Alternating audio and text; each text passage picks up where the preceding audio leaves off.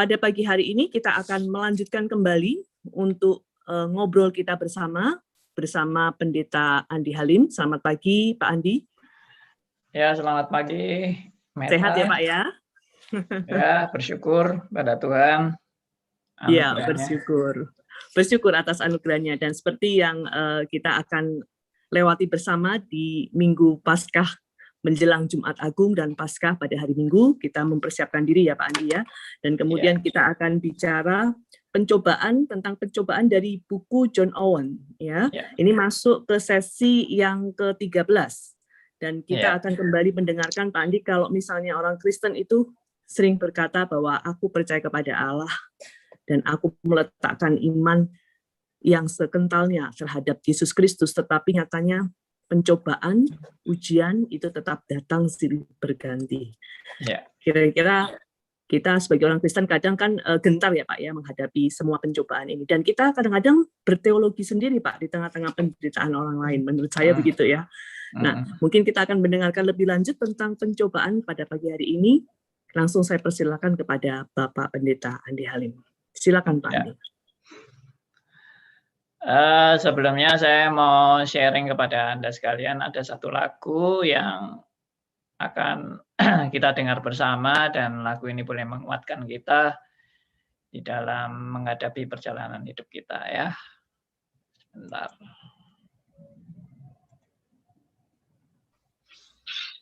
Oke, ini lagunya ya. Selamat mendengarkan.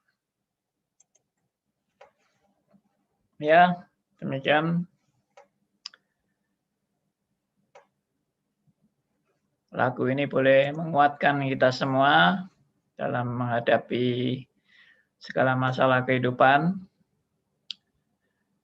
Dan meskipun kita menghadapi duka cita, pencobaan yang berat, dan masalah-masalah hidup yang sepertinya tidak terselesaikan, namun Tuhan tetap, ya, dikatakan tangan Tuhan merendah. Ya, Dia tetap akan menyertai dan memelihara setiap anak-anaknya, apapun yang terjadi. Ya, kita bersyukur untuk janji Tuhan yang begitu sempurna bagi setiap orang percaya. Dan bukan hanya bagi orang percaya, tetapi sebetulnya janji Tuhan itu untuk digenapi sesuai dengan rencana agung yang mulia. Jadi seringkali kita mikir, oh Tuhan itu rencananya buat aku, buat aku, buat aku. Sebetulnya rencana Tuhan fokusnya bukan buat aku. Tapi rencana Tuhan itu fokusnya untuk menggenapi rencananya yang agung dan mulia. Aku hanya diikut sertakan di dalam rencananya itu. Dan kalau aku diikut sertakan, itu namanya anugerah yang luar biasa. Kalau aku boleh diikut sertakan dalam rencananya. Jadi orientasinya bukan orientasi aku ya. Kalau semuanya aku, Tuhan baik buat aku, Tuhan memperhatikan aku, Tuhan mengasihi aku, akhirnya aku sentris, ya, antroposentris, dan semuanya demi aku gitu. Akhirnya orang Kristen malah disuburkan keegoisannya. Kita diingatkan bahwa semua itu bukan demi aku, semua itu demi rencananya yang agung dan mulia. Oke, mari kita berdoa sekali lagi, kita mohon pimpinan Tuhan. Bapa yang di surga, kami bersyukur, berterima kasih untuk hari ini kami boleh bersama-sama belajar firman Tuhan. Tuhan pimpin dari awal sampai akhir, agar apa yang kami pelajari benar-benar boleh menjadi satu dalam kehidupan kami.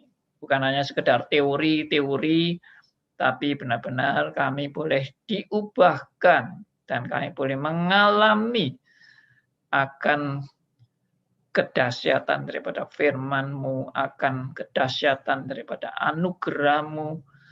Dan semua itu bukan semata-mata untuk kepentingan kami, tapi semua itu adalah untuk menggenapi rencana Tuhan yang agung dan mulia.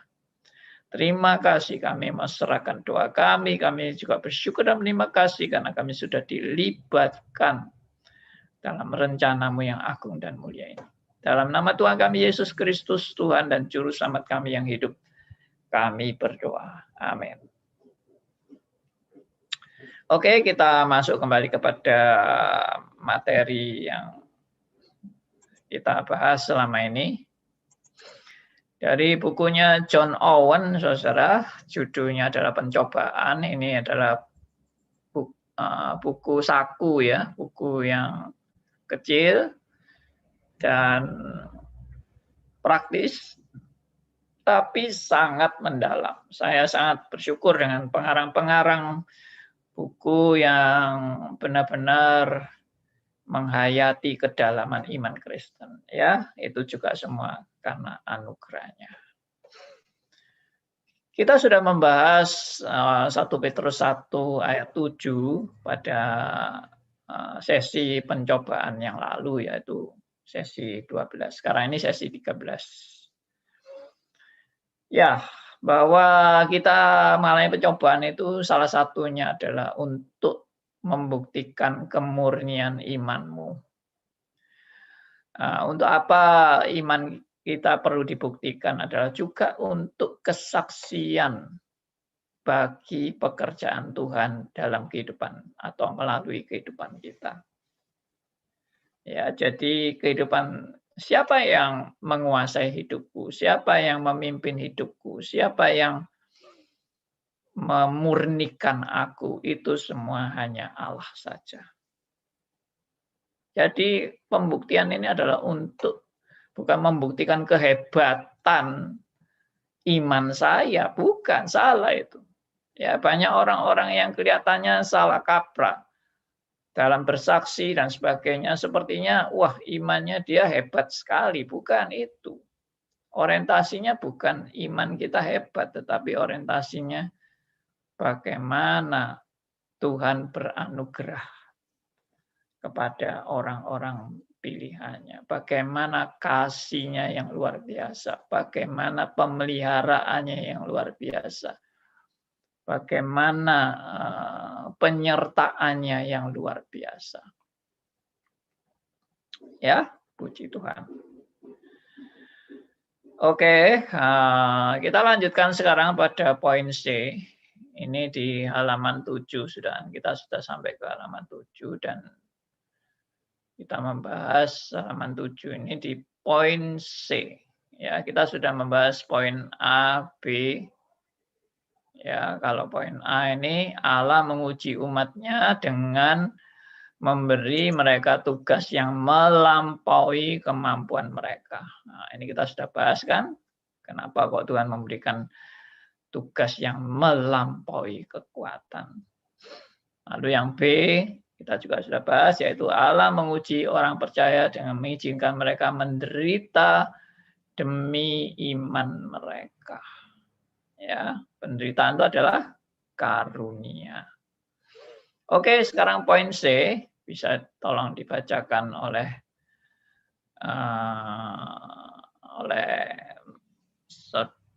Ibu Meta ya.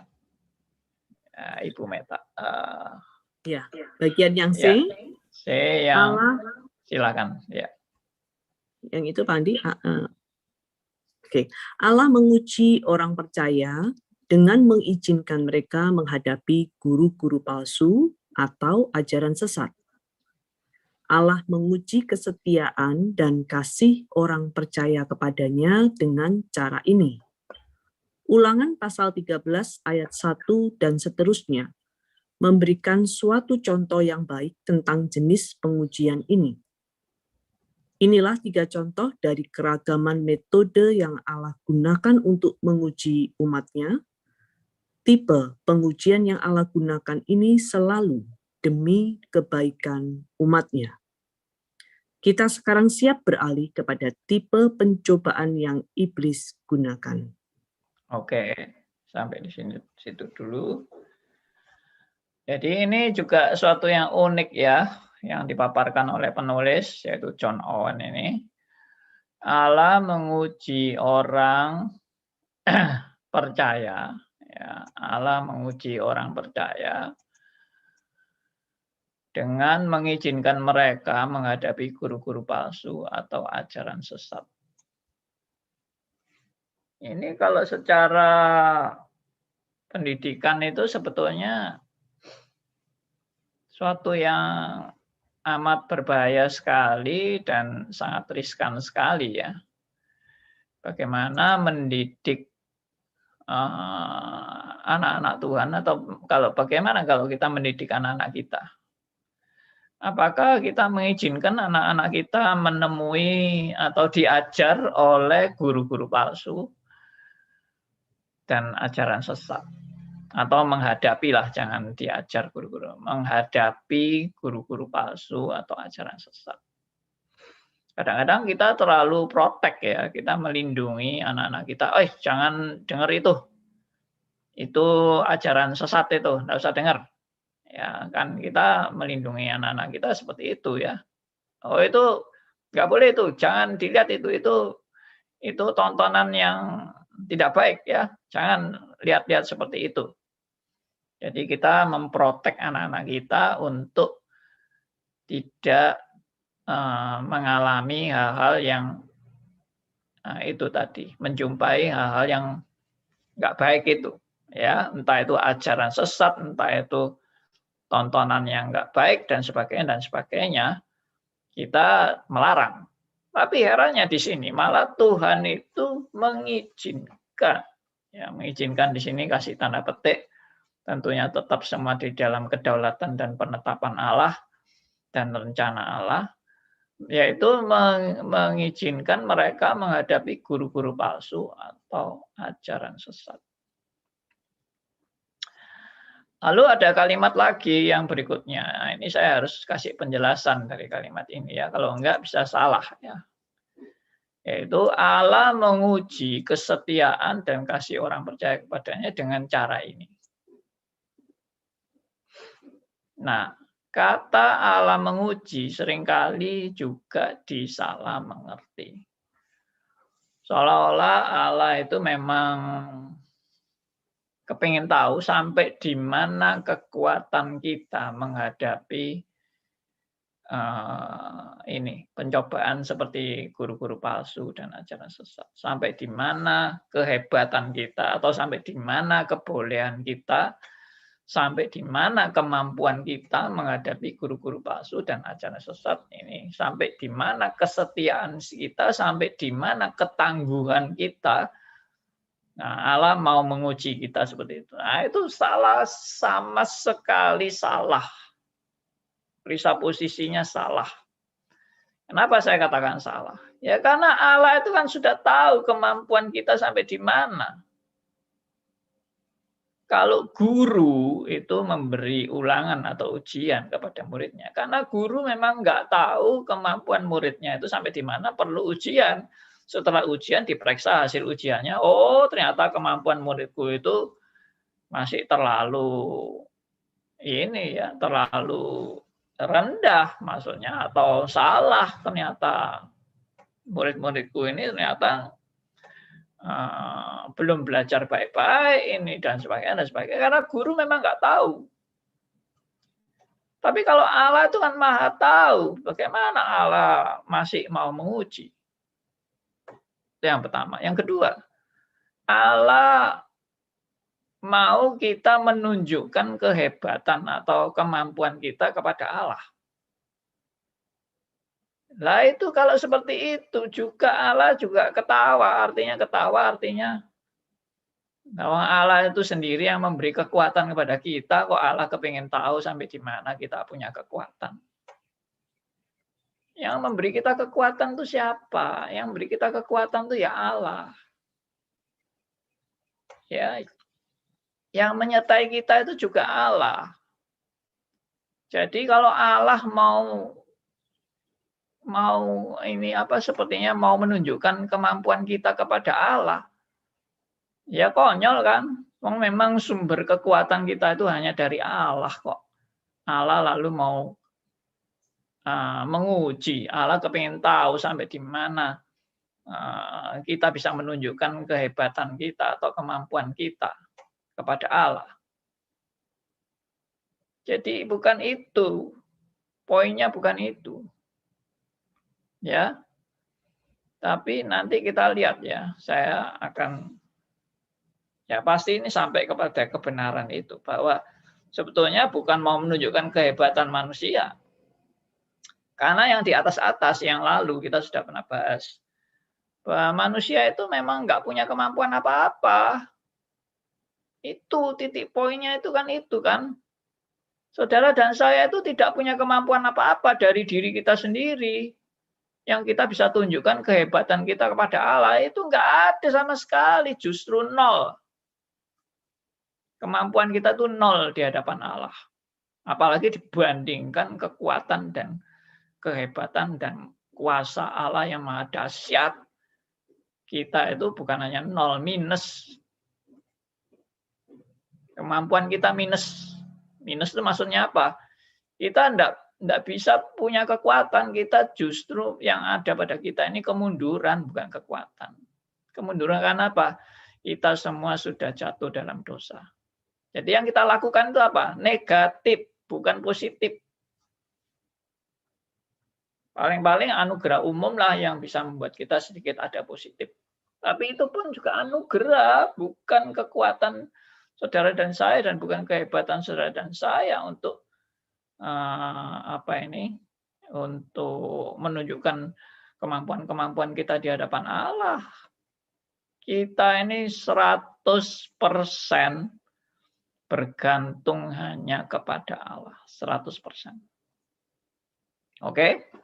Jadi kalimat ini mungkin harus dimengerti dengan benar. Sebetulnya ada apa di balik Tuhan mau mengizinkan kita menghadapi guru-guru palsu atau ajaran sesat. Mungkin ada satu contoh ya dari para pendidik-pendidik yang saya melihat cukup dewasa. Maksudnya dalam memandang pendidikan yang secara dewasa ya. Termasuk juga pernah saya dengar dari pendeta Stephen Tong juga mengomentari hal seperti ini. Jadi misalnya gini, contohnya kita mau baca koran, anak kita baca koran ya, atau baca majalah atau apapun. Lalu di koran atau majalah itu ada mungkin gambar-gambar yang kurang sopan gitu ya, atau ada tulisan-tulisan yang kurang baik, kurang jadi teladan, misalnya tentang perselingkuhan dan sebagainya. Lalu anak kita baca kan.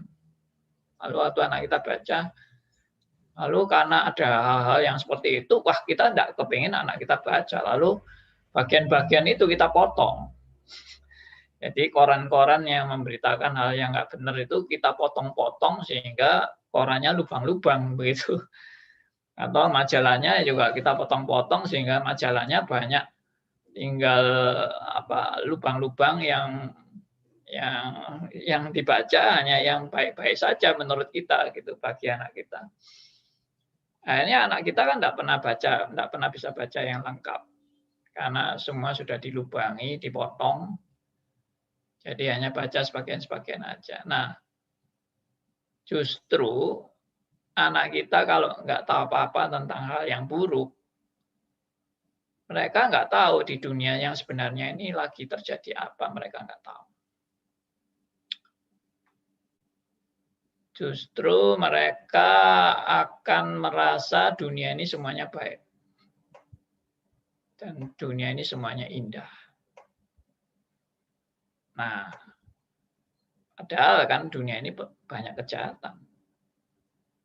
Mereka sebetulnya perlu tahu bahwa dalam realita di dunia ini tidak semuanya baik. Nah, itu justru pendidikan yang bagus. Pendidikan yang bagus itu bukan lalu jangan tahu yang jelek-jelek, tak boleh, ini tak boleh, ini semua tak boleh. Lalu dia tahunya cuma semuanya indah dan semuanya bagus. Nanti begitu dia menjumpai hal yang tanda petik buruk, dia kaget dan dia syok dan dia tidak siap. Nah, itu yang sering terjadi kepada anak-anak yang terlalu diprotek oleh orang tuanya, alias overprotect ya. Itu malah tidak mendewasakan. Nah, saya melihat di sini Allah adalah pendidik yang justru menghadapkan saudara dan saya dengan suatu ujian-ujian yang itu tadi. Seperti yang di atas, yaitu membuktikan kemurnian iman. Atau untuk melatih kamu ya makin bertumbuh dengan lebih dewasa. Ya itulah. Kalau saudara tidak tahu ada guru palsu, tidak tahu ada ajaran sesat, ya saudara kan merasa tenang-tenang aja menjalani hidup ini karena semuanya indah, semuanya baik, semua ajaran itu indah dan baik. Tidak ada ajaran palsu, tidak ada ajaran yang menyimpang. Semuanya oke-oke aja. Berarti hidup itu lancar-lancar aja begitu. Hidup itu oke-oke aja. Padahal begitu banyak ajaran yang nggak beres. Nah itu. Sama seperti pengalaman anak saya juga dulu waktu masih dia belum pindah ke Jakarta ya, dia hanya di Surabaya aja dan dalam lingkup pergaulannya kan cuma lingkup orang-orang reform yang sama-sama sudah istilahnya doktrinnya udah sinkron kan, udah sama kan. Begitu dia pindah Jakarta, dia menemukan teman-teman yang ajarannya kacau balau, amburadul, waduh dia baru kaget. Wah, sampai dia merasa begitu pentingnya dia diperlengkapi dengan doktrin-doktrin yang mendasar itu dalam menghadapi teman-teman yang doktrinnya amburadul itu. Nah, jadi penting menghadapi tantangan itu penting karena begitu ada tantangan baru sadar saya itu kalau gitu harus dibekali sebelumnya dalam menghadapi itu. Kalau tidak dibekali bagaimana bisa menghadapi serangan-serangan yang seperti ini. Orang itu baru menjadi dewasa kalau ada tantangan. Oke ya, saya lanjut. Jadi Allah menguji kesetiaan dan kasih orang percaya kepadanya dengan cara ini.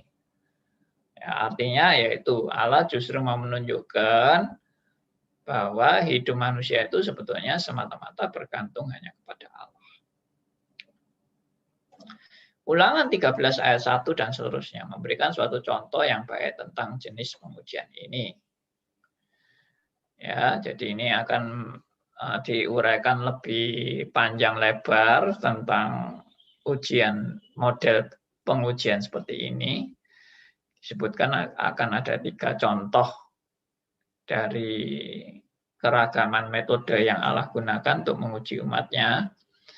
Tipe pengujian yang Allah gunakan ini selalu demi kebaikan umatnya, yaitu tadi supaya umatnya sadar kalau malah cobaan mereka boleh bertumbuh. Ya.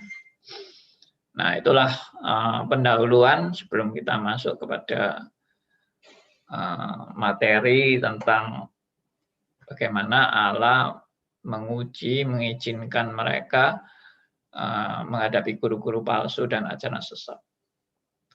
Ya, kalau kita lihat memang di dunia ini tidak lepas dari guru-guru palsu dan ajaran sesat yang sekarang sudah berkembang luar biasa. Bukan hanya sekarang sebetulnya, ya dari dulu. Cuma makin lama makin hebat, ini perkembangannya makin hebat. Ya, salah satunya ini sekedar saya sharing tentang gereja Tuhan yang Maha Kuasa atau Allah yang Maha Kuasa ya. Itu sudah berkembang kemana-mana, sudah tersebar kemana-mana dan ya banyak orang yang nggak sadar bahwa gereja ini sudah begitu menyimpangnya dari kebenaran. Nah, saya anjurkan saudara juga belajar itu gereja sesat yang sekarang lagi berkembang itu dengan luar biasa. Ya, gereja Tuhan yang Maha Kuasa atau Allah yang Maha Kuasa. Ini bukan saya mau saudara pusing atau disibukkan dengan ajaran-ajaran sesat, tapi ini sudah berkembang dengan luar biasa. Saya yakin nanti sebentar lagi di Indonesia sudah masuk di Indonesia, cuma belum sampai dirasakan dampaknya. Tapi nanti ya saya ramalkan ini ya mungkin bisa antara 2 tahun sampai 5 tahun yang akan datang ini. Wah, dampaknya luar biasa. Karena sekarang sudah terasa dampaknya di RRC. Luar biasa sekali dampaknya. Dan gereja ini terus berkembang. Sangat hebat. Ya, anggotanya sudah jutaan. Dan sesatnya juga luar biasa. Bukan kelihatan sesat sedikit-sedikit, tapi sesat luar biasa. Ya, herannya begitu banyak orang mau percaya. Nah, ini menunjukkan juga banyak orang Kristen yang sangat rapuh dalam imannya. Ya. Ya, Kristen KTP lah. Bisa dibilang gitu. Tapi mereka merasa menemukan ajaran yang sejati, ajaran yang benar, ajaran yang benar-benar dari Tuhan. Seperti itu. Kapan-kapan saya mau share juga itu ajaran-ajaran ngawur itu yang sudah tersebar kemana-mana. Oke, saya sampai di sini dulu. Nanti mungkin ada teman-teman yang mau merespon nih sebelum nanti kita lanjutkan. Mau tanya, Pak. Silakan, ya, Pak. Tanya, Pak. Ya, Pak Dio. Itu gereja Tiongkok itu anteknya komunis apa enggak? Anteknya pemerintah apa enggak? Loh, enggak. Justru mereka disiksa sama pemerintah. Oh ya, wah ya hebat ya itu. Ya, hebat Iya. itu. Jadi bukan Tiongkok ya. Mereka itu menderita luar biasa. Itu banyak yang tokoh-tokoh mereka yang ditangkap oleh pemerintah RRC dan ya sampai jadi dibunuh. Sampai dibunuh. Ya. Dan mereka merasa ini benar-benar dari Tuhan. Ya, mereka merasa benar-benar mereka dapat kekuatan dari Tuhan menghadapi semua ini. Jadi ini kali kita boloan sama Tiongkok ya. Ya, betul. Tiongkok menyiksa mereka. Tapi mereka itu sampai sekarang sudah tersebar ke Amerika. Jadi bukan hanya di Tiongkok saja sekarang yang jadi sana. Dan di Indonesia juga akan tersebar. Karena film-film mereka itu sudah diterjemahkan ke Indonesia semua. Ya, mereka menyebarkan ajaran mereka melalui film-film. Dan itu sudah pakai bahasa Indonesia. Dan kalau sampai pakai bahasa Inggris atau bahasa Tiongkok, mereka ada terjemahannya. Teksnya teks Indonesia. Wah, luar biasa sekali. Mereka pasti keluar. Mereka masih keluar dari Tiongkok. Pasti. Oh iya. Ya pasti keluar. Tapi oleh Tiongkok dididik jadi fanatik dan hebat. Tiongkok yang mendewasakan gereja ini. disiksa Iya, oleh Romawi Tiongkok. iya benar-benar. Andi, Ya, bagaimana kita bisa tahu sebuah ajaran itu 24 karat? Kalau dia 22 karat, kita sudah bingung, Pak. Beda dengan perak ya. Wah, ini bukan emas, bukan back to the Bible. Nah, kalau kita tidak punya dasar yang kuat, kita bicara tentang diri kita ya, kita lupakan tentang iluminasi. Kalau sudah diiluminasi ya semua sih cerah sekali. Nah, bagaimana kita bisa membedakan? Itu satu. Yang kedua, Pak, kalau kita sering membaca yang begitu-begitu dan belum punya dasar yang kuat, ya pasti terpengaruh dong, Pak. Contoh, dari 10 orang, semuanya 8 orang ngomong gitu. Kita tinggal berdua. Nah, berdua ini saling menguatkan. Ternyata satu goyah. Apa kita yang benar atau mereka yang benar ya? Kenapa yang banyak yang mengikuti karena pola dunia, suara terbanyak adalah ya penguasa, kan gitu ya, tanda kutip ya. Terima kasih. iya. Jadi intinya yang Elia mau katakan itu, ya kita ini mesti punya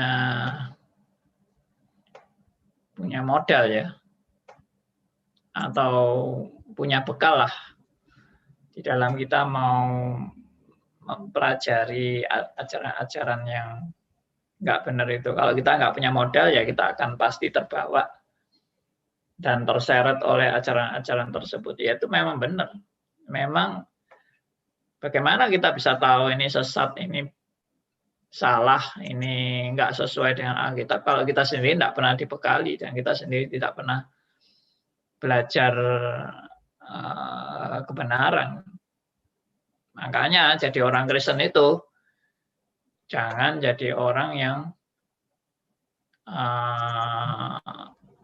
nggak pernah belajar, ya, dan tidak punya modal, lalu akhirnya dengan mudah sekali dipengaruhi ajaran ini, ajaran itu, ya terombang-ambing. Makanya Rasul Paulus kan pernah bilang, ya supaya kita ini kembali kepada ajaran yang benar-benar mendasar agar kita tidak terombang-ambing oleh angin pengajaran yang simpang siur.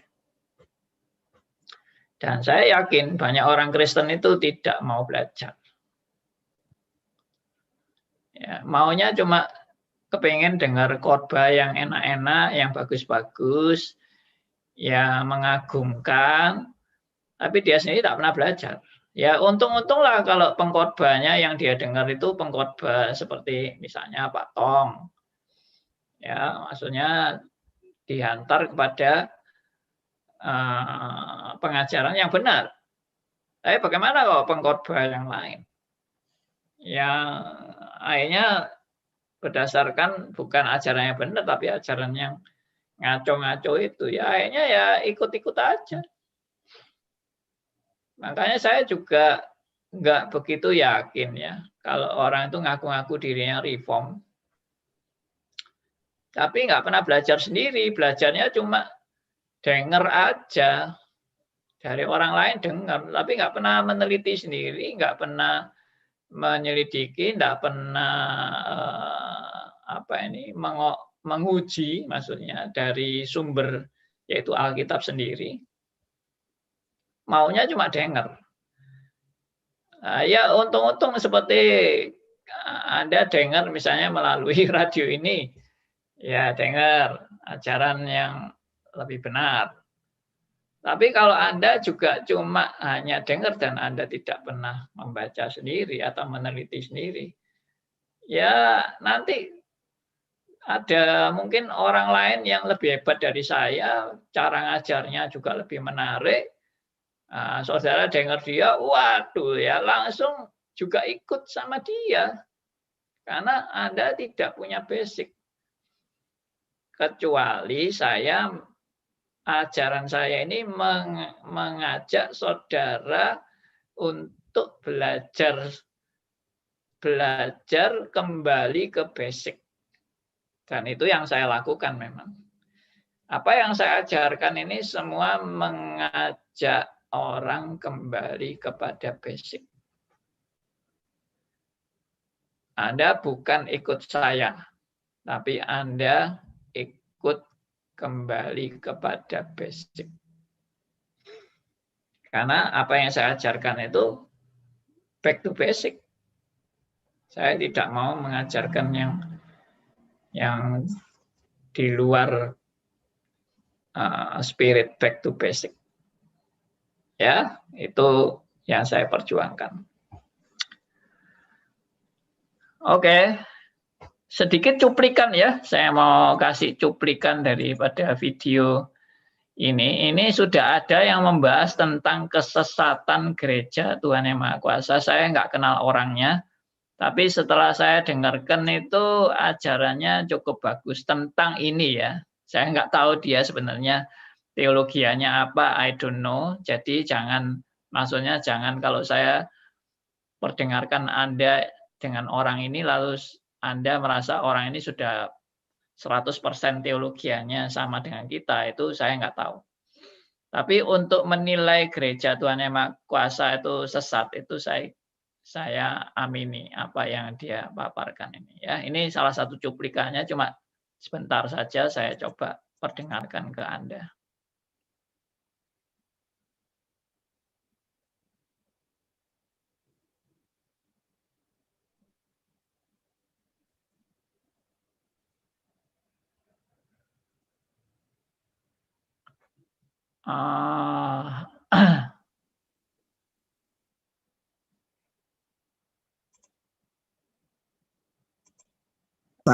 Karena begitu mendengar inti ajaran ini, kita sudah... Suaranya dengar ya? Ya. Dengar. Kita bisa tahu ini ajaran sesat. Nah, inti ajaran ini atau sekte ini adalah mempercayai bahwa Tuhan Yesus sudah datang kembali yang kedua kali. Sudah datang kembali yang kedua kali dengan berinkarnasi kedua kali. Jadi bukan cuma datang kedua kali, tapi berinkarnasi kedua kali menjadi seorang wanita Cina yang bernama Yang Xianbin. Ya, bagi saudara orang Tionghoa, saudara lebih tahu cara bacanya, Yang Xianbin. Ya. Nah, ini saudara bisa lihat gambar fotonya seperti ini. Dan ini saudara tinggal googling, sudah banyak di media sosial atau di Google ya, sudah muncul. Saya hanya merangkumkan informasi yang saya dapatkan di Google dan YouTube. Jadi saudara bisa melihat inti ajaran ini sangat menyesatkan. Saudara bisa langsung baca bahwa sekte ini percaya Tuhan Yesus itu sudah datang kedua kali. Caranya itu adalah berinkarnasi kedua kali. Kita kan orang Kristen percaya inkarnasi itu satu kali aja, dan itu menurut yang saya pahami inkarnasi dampaknya kekal. Karena Tuhan Yesus harus jadi raja dari keturunan Daud. Jadi dampak inkarnasi kekal. Yang saya pahami pengosongan diri itu sementara waktu, inkarnasi itu kekal. Dan ya, itu sedikit potongan. Jadi gereja ini percaya Yesus sudah datang kedua kali menjadi seorang wanita. Kalau dulu pria, sekarang Yesus jadi wanita. Lalu kalau dulu Yahudi, sekarang Tionghoa. Wah, bangga tuh jadi orang Tionghoa itu. Sekarang Yesus sekarang jadi orang Tionghoa. Ini gawat bener ya. Ya itu. Ini yang terjadi saudara ya. Waduh, benar-benar berat ini. Jadi dalam hal ini ya kita harus hati-hati benar ya. Ajaran sesat ini sudah berkembang dengan luar biasa. Bukan hanya gereja Tuhan Yang Maha Kuasa, banyak yang lain. Dan itu yang kentara sesatnya, yang tidak kentara sesatnya seperti tadi Pak Elia juga ngomong, itu juga lebih mengerikan yang tidak kentara sesatnya. Ya. Nah,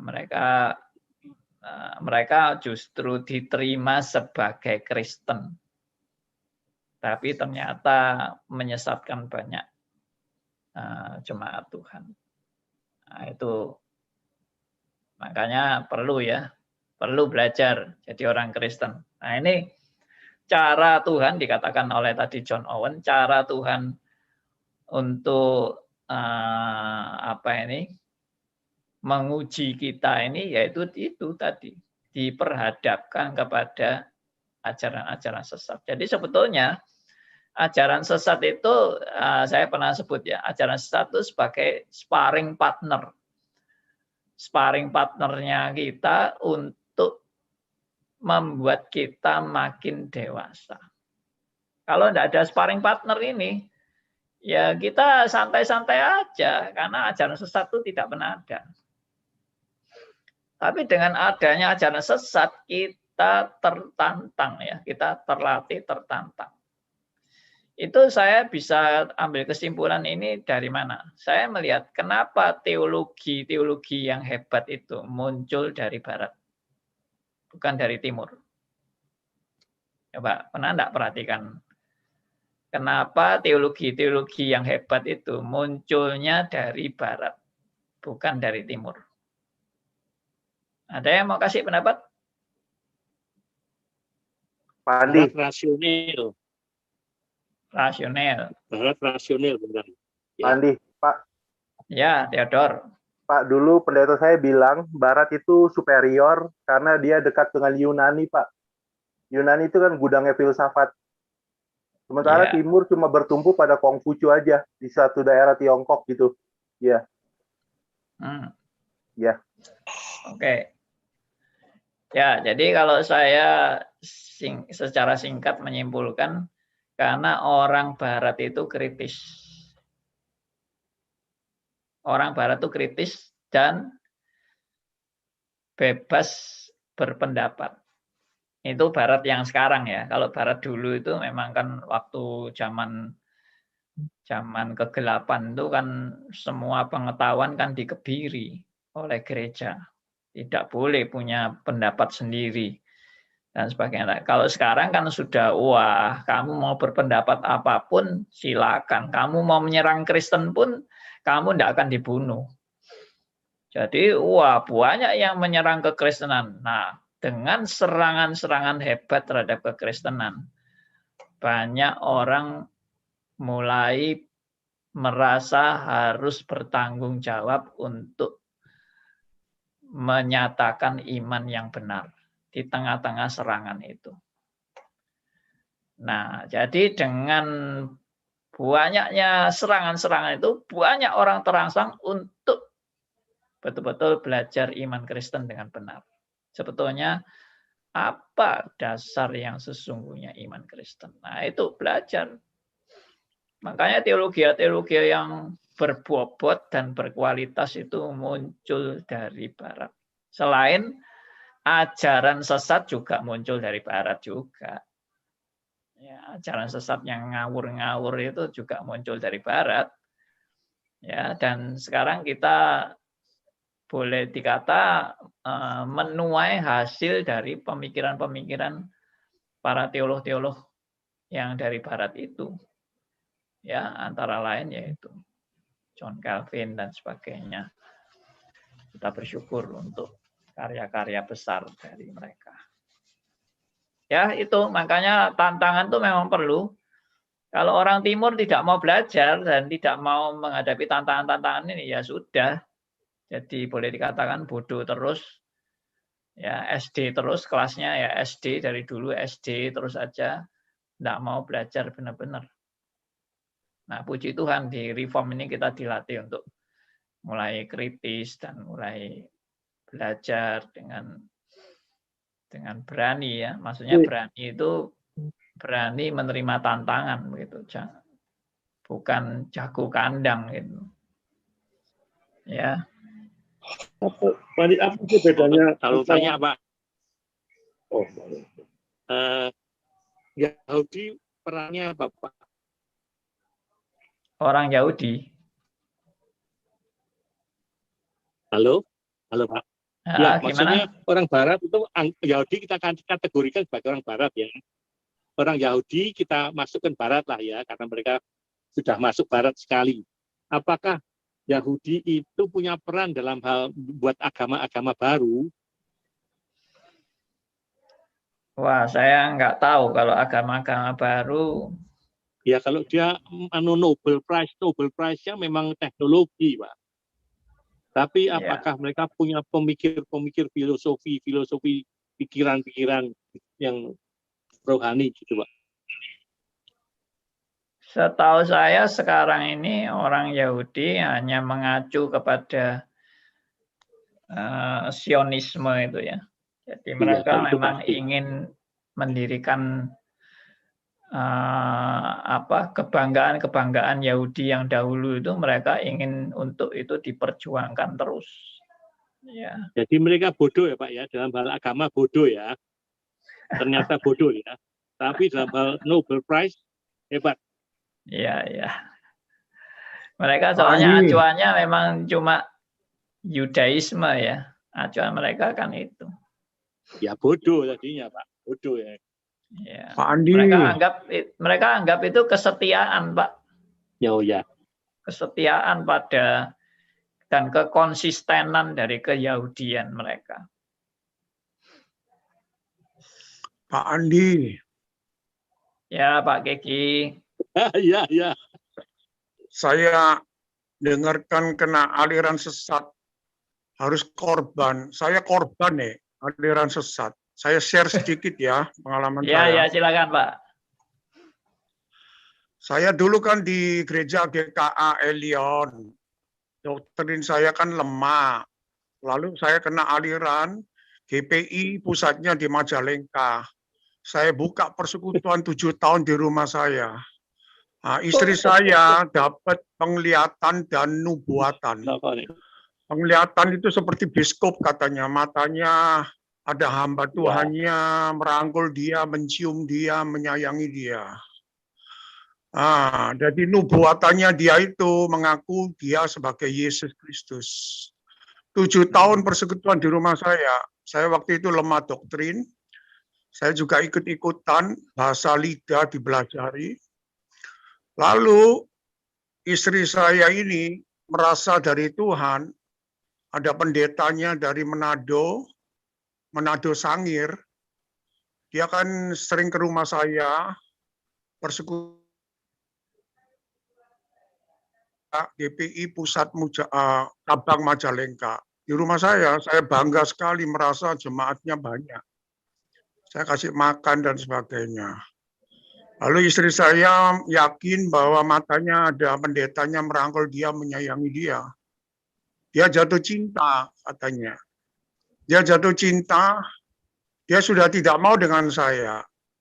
Saya rangkul dia tidak mau, dia benci dengan saya. Katanya saya ini bukan jodohnya. Padahal saya sudah dikaruniai anak 6 orang. Pendeta ini sudah punya istri dan anak 2 juga. Dia sering ke rumah saya kan dulu kan sering luar kota, ke Bandung, Jakarta, Medan, keliling sepatu. Lalu dia sering datang mendoakan anak-anak saya. Istri saya jatuh cinta, dia senang sekali katanya jodoh dari Tuhan. Dia pernah lari ke Jakarta juga. Lalu saudaranya dia, saudara dari istri saya mengatakan, "Cie, kamu sadar loh, kamu sudah punya anak 6, jangan jatuh cinta sama orang." Dia bilang ini jodoh dari Tuhan, sudah ekstrim. Lalu pulang, saya tahu, saya tetap tidak marah dengan dia. Saya rangkul, saya sayangi, saya digigit tangan saya, dan saya dijambak. Saya dijambak, saya langsung panggil RT RW saya. RT RW saya kan pendeta juga. Dimarahi dia. Saya tahu kalau kita nggak boleh mukul perempuan, salah. Saya terus mengasihi dia. Saya sayang dia. Lalu dia bilang, katanya bukan jodoh sama saya. Lalu dia pernah penglihatan, bilang sama pegawai saya, "No, ini Tuhan meninggal ya, tabrakan penyet di Jakarta. Siapkan nanti mayatnya datang taruh di garasi. Rumah di Jalan Bromo ini saya mau bangun 3 tingkat. Lalu sampai sekarang saya nggak mati-mati. Lalu apa namanya itu, pendetanya pernah waktu saya pulang dari Jakarta, ada telepon saya terima. Halo, oh Bro Keki ya? Itu Cik Swan di mana? Loh, Cik Swan kan nggak di sini. Oh, saya pikir, oh ini janjian. Tadi waktu pendetanya itu kepergok, saya yang terima, dia bilang cari Cik Swan. Padahal Cik Swan nggak di sini. Lalu istri saya gelisah waktu itu, ada janjian mau pergi. Istri saya tidak mau dengan saya. Anak saya kan dibikin baju gabung semua. Sudah jadi baju gabung, siap. Ada satu hamba Tuhan dari aliran GPI datang ke rumah saya. Pak Kiki, istri kamu sesat, tolong dibawa gereja semula. Saya bilang, saya sudah tahu. Saya lihat dari buku catatan, penglihatan. Buku itu menyatakan dia jatuh cinta karena penglihatan dari Tuhan. Dia yakin ini dari Tuhan, jodohnya dia dengan pendeta ini. Lalu dia tetap tidak mau dengan saya ambil itu alih. Dia kan buka toko dulu di sini. Buka toko, saya ambil alih tokonya, saya tidak kasihkan dia. Lalu saya langsung ke Bimas Kristen Surabaya. Bimas Kristen Surabaya suruh saya lapor ke Bimas Kristen Jakarta. Saya langsung ke Jakarta, saya lapor Bimas Kristen ke Jakarta. Bimas Kristen ke Jakarta bilang, ini aliran sesat sudah terjadi di Cirebon juga begini. Suaminya ke luar negeri, istrinya dikerjain dengan hamba Tuhan ini. Hamba Tuhan ini kurang ajar. Lalu pulangkan istri kamu ke orang tuanya daripada kamu dibunuh. Loh, betul Pak. Istri saya kalau tidur mesti bawa pisau kecil. Takut saya dekat. Kalau saya dekat saya dibunuh. Saya juga takut juga. Lalu dia karunia bahasa lidah, saya rekam. Lalu semuanya pokoknya nggak beres. Saya bilang, Ling, saya aturkan kamu pulang dulu, tunggu kamu sadar saya ambil kembali. Lalu kan Pak Adi Halim kan tahu saya konseling sama Pak Stephen Tong juga. Stephen Tong bilang apa?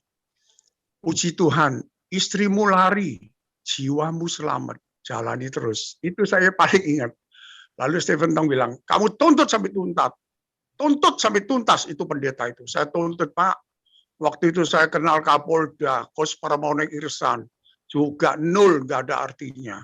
Saya kejar terus pakai Laksus, pakai Kapolda, pakai apapun, saya capek. Lalu saya serahkan Tuhan aja, sudah saya nggak mau ngurus gitu. Memang bukan jodoh ya hilang, nggak apa-apa. Lalu istri saya lari, belum saya antarkan pulang dia lari. Saya telepon ayahnya, saya bilang ayahnya ini terjadi begini-begini. Lalu lari ya, itu sampai sekarang hilang istri saya, kena aliran sesat.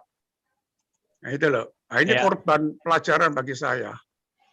Ya, ini memang doktrin sangat penting sekali. Oke, Pak Adi Halim, terima kasih. Terima kasih untuk kesaksiannya.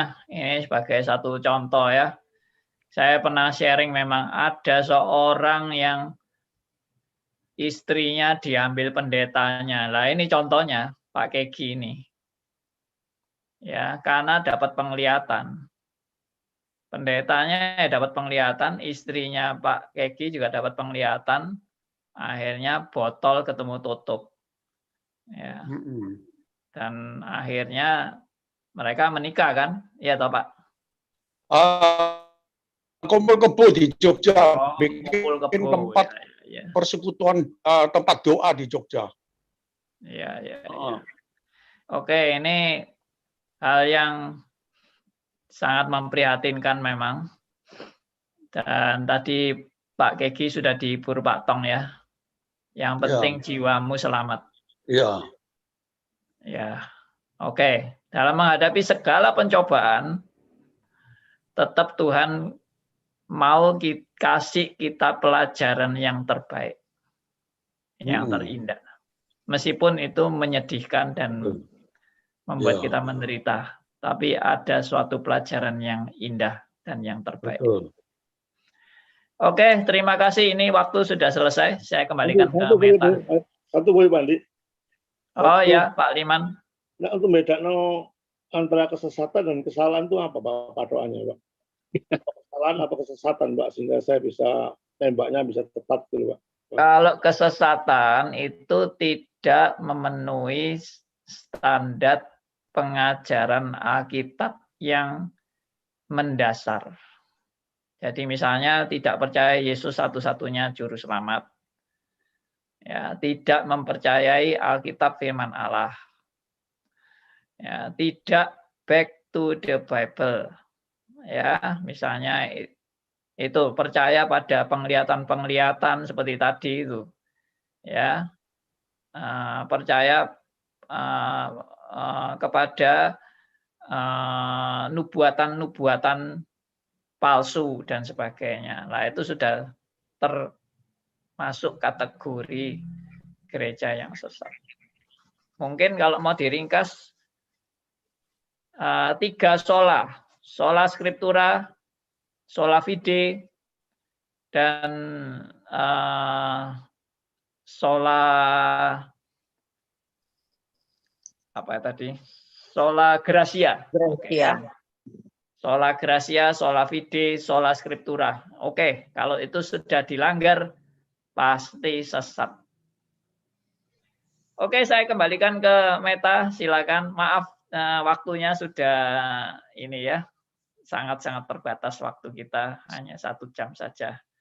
Ya, terima kasih untuk Pak Andi Halim yang sudah memberikan lagi firman Tuhan pada pagi hari ini dan juga kesaksian dari Pak Kiki yang boleh menguatkan kita ya betapa pentingnya kita belajar tentang kebenaran firman Tuhan yaitu Alkitab sendiri dan juga buku-buku di Momentum ya. Itu perlu sekali kita beli ya untuk boleh mengarahkan kita untuk belajar secara pribadi, secara mendalam. Karena saya pun banyak mendapatkan berkat dari itu.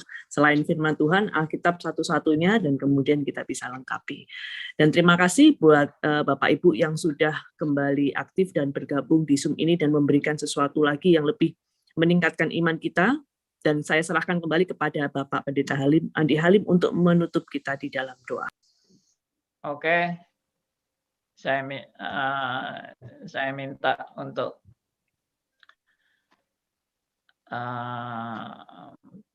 Bu Meta aja ya pimpin doa. Kembali ke saya lagi. Oke. Ya. Mari kita bersama-sama bersatu hati kita berdoa. Kami mengucapkan terima kasih ya Tuhan karena begitu anugerah-Mu besar bagi kami orang yang berdosa dan setiap hari firman-Mu ada sebagai anugerah di dalam kehidupan kami. Tetapi kiranya Kau mengampuni kami yang seringkali kami tidak memiliki hasrat untuk mencari pribadi-Mu, tetapi kami mau ya Tuhan, kami mau belajar taat dan mendengarkan firman-Mu dan menjadi pelaku firman-Mu. Pimpin menjelang daripada Minggu Jumat Agung dan Paskah ini, kami memiliki satu pengertian yang lebih mendalam lagi tentang anugerah Tuhan, tentang kasih Tuhan melalui pribadi Yesus sendiri. Dan kiranya kesaksian dan seluruh daripada firman yang kami dengarkan hari ini boleh menguatkan kami untuk kami belajar firman dan menghadapi setiap ajaran sesat ataupun guru-guru palsu yang akan menggoyahkan iman percaya kami di hadapan-Mu. Beri kami kemampuan untuk itu dan kiranya Tuhan akan memberkati daripada seluruh keluarga kami juga, anak-anak kami, pasangan kami, dan kami mau serahkan kembali untuk seluruh daripada pelayanan Bapak Pendeta Andi Halim untuk dipakai menjadi saluran berkat-Mu yang lebih menjadi satu kemuliaan bagi nama Tuhan sendiri. Ya. Terima kasih Tuhan Yesus, di dalam nama-Mu kami sudah berdoa dan mengucapkan syukur kami. Amin. Amin. Oke. Terima kasih Pak Andi Halim. Terima kasih Meta. Pak Andi, makasih Bu Meta. Terima kasih Pak Andi. Terima kasih Pak Johan. Terima kasih Pak Andi. Terima kasih Pak Terima kasih. Keki.